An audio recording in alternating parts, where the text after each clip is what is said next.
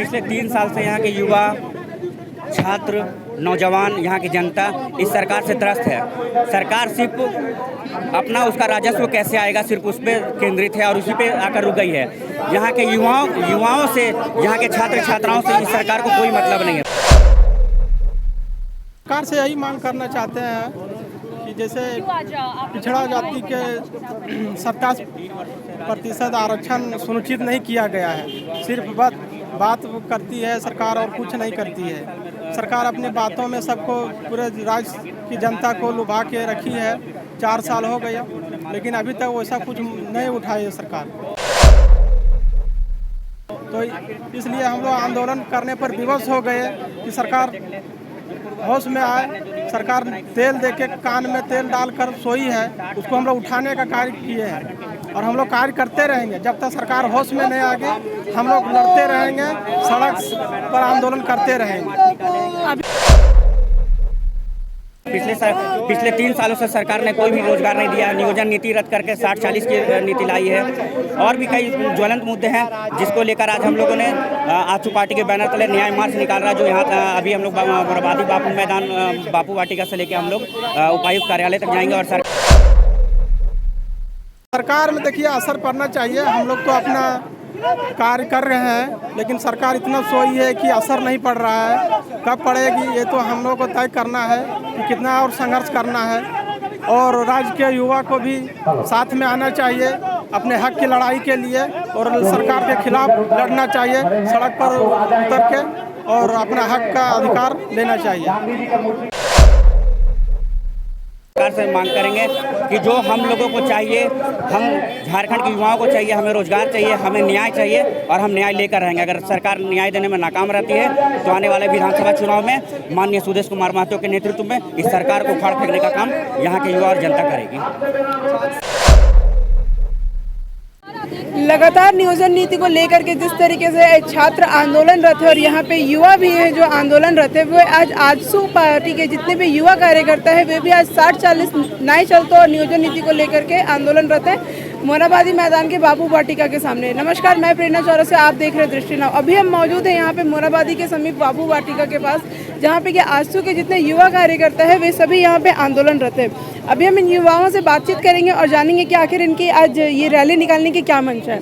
जिस तरीके से आप लोगों ने ये हाथों में तख्तियाँ ली हुई कि जातीय जनगणना एवं पिछड़ों को आबादी अनुसार आरक्षण सुनिश्चित करो, तो आपके ये मतलब सरकार से इसे लेकर के आप क्या मांग करना चाहेंगे? सरकार से यही मांग करना चाहते हैं कि जैसे पिछड़ा जाति के 27% आरक्षण सुनिश्चित नहीं किया गया है। सिर्फ बात करती है सरकार और कुछ नहीं करती है। सरकार अपनी बातों में सबको, पूरे राज्य की जनता को लुभा के रखी है। 4 साल हो गया, लेकिन अभी तक वैसा कुछ नहीं उठाई है सरकार। तो इसलिए हम लोग आंदोलन करने पर विवश हो गए कि सरकार होश में आए।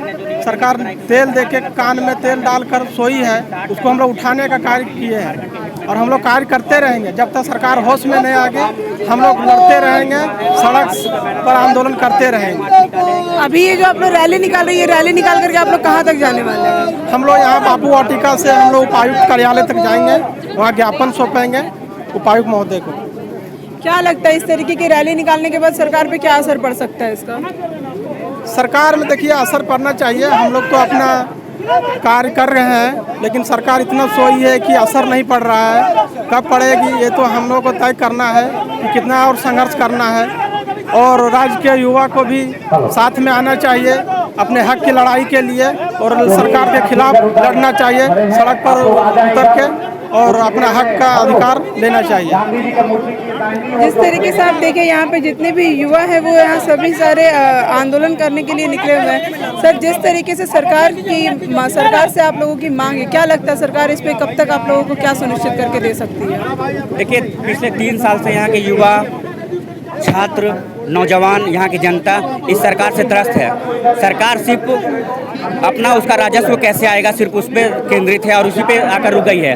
यहाँ के युवाओं से, यहाँ के छात्र छात्राओं से इस सरकार को कोई मतलब नहीं है। पिछले 3 सालों से सरकार ने कोई भी रोजगार नहीं दिया। नियोजन नीति रद्द करके 60-40 की नीति लाई है। और भी कई ज्वलंत मुद्दे हैं जिसको लेकर आज हम लोगों ने आजसू पार्टी के बैनर तले न्याय मार्च निकाल रहा है, जो यहाँ अभी हम लोग बर्बादी बापू मैदान बापू वाटिका से लेकर हम लोग उपायुक्त कार्यालय तक जाएंगे और सरकार से मांग करेंगे कि जो हम लोगों को चाहिए, हम झारखंड के युवाओं को चाहिए, हमें रोजगार चाहिए, हमें न्याय चाहिए और हम न्याय लेकर रहेंगे। अगर सरकार न्याय देने में नाकाम रहती है तो आने वाले विधानसभा चुनाव में माननीय सुदेश कुमार महतो के नेतृत्व में इस सरकार को उखाड़ फेंकने का काम यहाँ के युवा और जनता करेगी।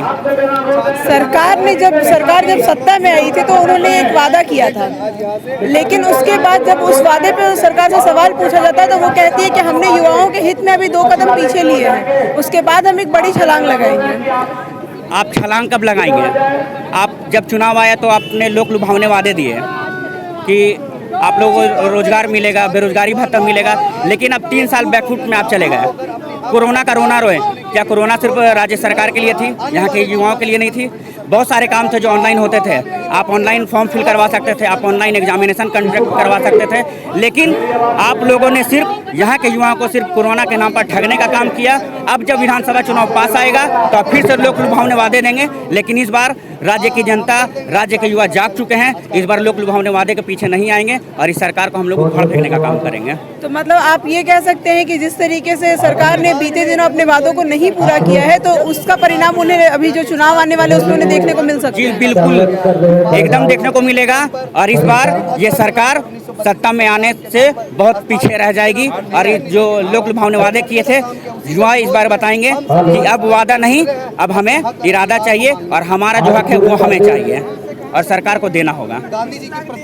जिस तरीके से आप यहाँ पे देख सकते हैं कि जितने भी युवा हैं वो सारे आक्रोशित तरीके से ये बताने की कोशिश कर रहे हैं कि अगर सरकार उनके इस तरीके के आंदोलन पे अगर वो कुछ नहीं कदम उठाती है या फिर कोई नहीं उन्हें स्पष्टीकरण देती है तो वे आगे चल करके सरकार को हिलाने का भी काम कर सकते हैं। इसी के साथ साथ यहाँ पे छात्रों ने ये भी कहा है और यहाँ के जो युवा कार्यकर्ता उन्होंने ये कुछ भी कहा है कि सरकार यहाँ पे अभी तक बस युवाओं को और यहाँ के बेरोजगार लोगों को बस छलने का काम कर रही है और उन्हें वो झूठे वादे देने का काम कर रही है। ऐसी खबरों को अपडेट को देखने के लिए आप बने रहे। मैं प्रेरणा चौरसिया, दृष्टि नवराची।